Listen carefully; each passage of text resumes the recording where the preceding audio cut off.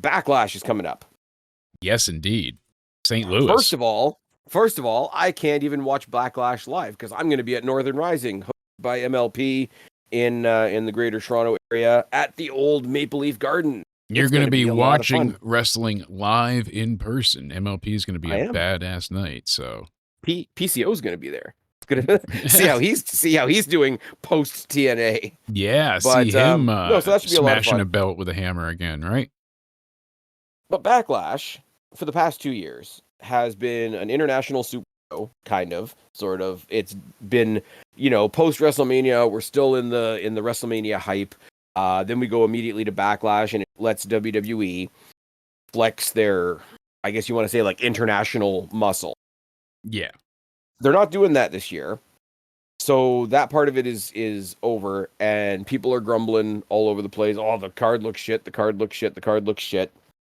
I don't think so, for you, honestly. My question for you, based on the reaction I've heard so far, with everything WWE has done in the past little while, they're on the rise. They're in a boom period. Everything's a spectacle. Everything is bigger and badder and better than the next. We're going here. We're probably going to have a wrestling match on Mars. WrestleMania's 2 nights. SummerSlam's 2 nights. Rumble's probably going to be 2 nights eventually. We've got AAA. Oh my God, we're doing these big combination shows. Everything is gigantic for a reason. Jake, my question to you is, have people forgot the value of a true B show? I think they have. I think they expect everything to be the WrestleMania type build, and on top of it, they've kind of lost sight of some of the spectacle of wrestling. It's fun to see a non-wrestler come in, and everyone's immediately shitting on him when we've seen Pat McAfee deliver time and time again. He has not disappointed once, and people are acting like it's somebody off the street coming in here. I know they're acting like it's Michael Cole. Yes, but even then, I feel like they're acting worse than if it was Michael Cole. They're acting like it's they're digging up somebody from the graveyard and throwing him at a corpse. They're not going to have Pat win here, and I think that maybe is what some people are worried about with Gunther. But this is all to build towards whatever story they're going to tell. Whether it's Goldberg or not, still, they're doing something, big with Gunther towards SummerSlam. They have something they want to do here. My take is that, they're going to have a competitive match that surprises people in the sense that Pat doesn't give up. He just keeps taking a beat and he keeps on ticking kind of idea. But he'll give you a comeback. I'll put this to you like this, right? Because everybody has a lot of podcasters that I listen to and a lot of people that I talk to, when you talk about WrestleMania has to be 2 things simultaneously. It has to be a season premiere and a season finale. Yes. Right? Like there has to be some stories that start, some stories that stop, right? So the pay-per-view after WrestleMania, and you tell me if you think this is a fair take, right? The pay-per-view after WrestleMania has to be dessert and an appetizer. Absolutely, usually. And that's what I feel like we're getting, because it's not a full-on, star-studded show. And I feel like they're doing it with an expectation set in of, hey, John doesn't have many more, and we don't know how many more Randy has either. Them going after each other is a big deal, and we will go ahead and do our best to facilitate them doing it in his hometown. We're going to give this to Randy. We're going to let Randy have one of these for him. John's obviously doing a few more dates around the world. The crowd interaction for Randy is going to be, but like you have to, it's a place setter in a certain exactly. Like, but it's not every match on the card doesn't need to be of a CM Punk level. I think people forget that. No, but this is the opposite, which is just as important, right? Like people are already fan casting who's going to take the title off John Cena, who's going to take the title off Jey Uso, right? Those are the 2 big ones, right? Yes. Obviously coming out of WrestleMania, but whoever's going to take the title off them is not going to get first defense. So that means at some point you have to do their first defense. Exactly. They're doing 2 different things. They're doing 2 very different, easy things, right? They're doing John Cena, Randy Orton, which is nostalgia with a twist. Awesome. Yeah. I'll put this to you, right? Because they haven't technically announced it yet, but they really, really teased it heavily.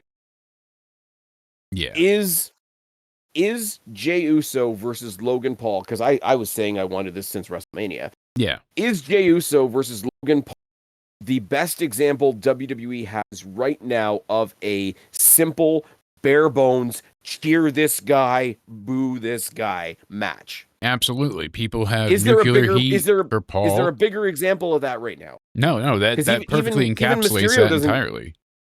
I would have, like, a couple months ago, I would have Mysterio's said, getting a like, cheered reaction. No yeah, one is cheering for Logan Paul. And now with all those texts coming out about exactly. his fucking lawsuit and him being a petty billionaire and all that bullshit, Yeah. people are really laying into him online. So his social grace has fallen even farther. So this man is getting booed out of the building. And I like the way they played up the threat of, hey, remember you had that really short title run with the IC title? That Yeah. reign was nothing. It was a week long. So I like the way they played up on that. Like, hey, Logan could take this, because what if Jay only just won it at Mania but can't defend it? I was gonna So say too, I think like, it's a great story. it works specifically with Jay as well, who does a pretty damn good job of playing off this guy who loves where he's at and is terrified to lose it because he's got all this doubt in himself. He doubted himself before the match. He doubted himself even after the match. He doubted himself when he came to Raw on his own. Like, and Logan Paul is the perfect dickhead, because what's Logan Paul? I hate to use this word because it's overused in real life. He's being a bully. Absolutely. He's a prick. He's a bully. Bullying. And what kind of confidence are you going into? And I don't care whether it's Jey Uso, whether it's anybody else. What kind of confidence are you walking into the building with? You stand toe to toe in the ring and try to bully the world champion. Yeah, exactly. I think it's fantastic. I think the John Cena Randy Orton thing is gonna really depend on your mileage of that feud and how long you've been watching wrestling and how many rounds Cena versus Randy Orton you got. Yeah. But I mean, because I was spent on them for a long time. I was like, I never oh want to yeah. see them do this again. So the nostalgia for me is less of But I that. think I'm more that's the just thing. accepting the twist. For people that were sick of it and remember being sick of it, but that sick is now in the past, right? Like, I remember being so sick of that, but you were so sick of that 10 years ago that you can almost laugh about. But we're still And I think having Super Cena. I worry. It seems like that's it. We're still getting the infallible okay, and undeniable. doesn't matter Cena. if even if he had never done the heel turn. Like, if Randy Orton somehow went heel again and John Cena was still just John Cena, he wasn't going to win. Yeah. Like, and heel John Cena is going to get booed for beating the hometown hero. Like I say, it might be boring to some people because there's no needles and bricks involved, but like, this is wrestling in its most basic form. Absolutely. This is what pro wrestling. Tell a story. I don't listen to a lot of Jim Cornette, but I watched that like 1 minute clip that floats around the internet like every couple of days, Yeah. where it's just like, if you want to understand wrestling, imagine you pull over to the side, see two guys in the dirt kicking the shit out of each other, and the one guy's an asshole, smaller, and like, if you knew who those people were, would you pay $5 to see who won the fight? And that's what wrestling. He says it a lot more eloquently than I'm saying it right now. He's an amazing speaker, but I know the clip story. I'm talking about. Yeah. Yes. But like, and I don't agree with Cornette on everything, but like, no. Yes, wrestling can tell deep stories. Wrestling can tell a saga. Wrestling can do a deep family drama like the Bloodline, and the Bloodline doesn't really anymore, but we still feel the effects of the Bloodline permeating all aspects of WWE. You can tell a saga, you can tell a multiverse story like that, or you can put two guys in the ring. One of them's a nice guy, one of them's a dick, and you hope the dick gets punched in the face by the nice guy. Yeah. And that's why I said people are so upset, because they're pricing people out. They're pricing out families from being able to attend these events. I wanted to go to SummerSlam, and I was looking at the pre-sale packages, and the 2-day ticket price is like $700.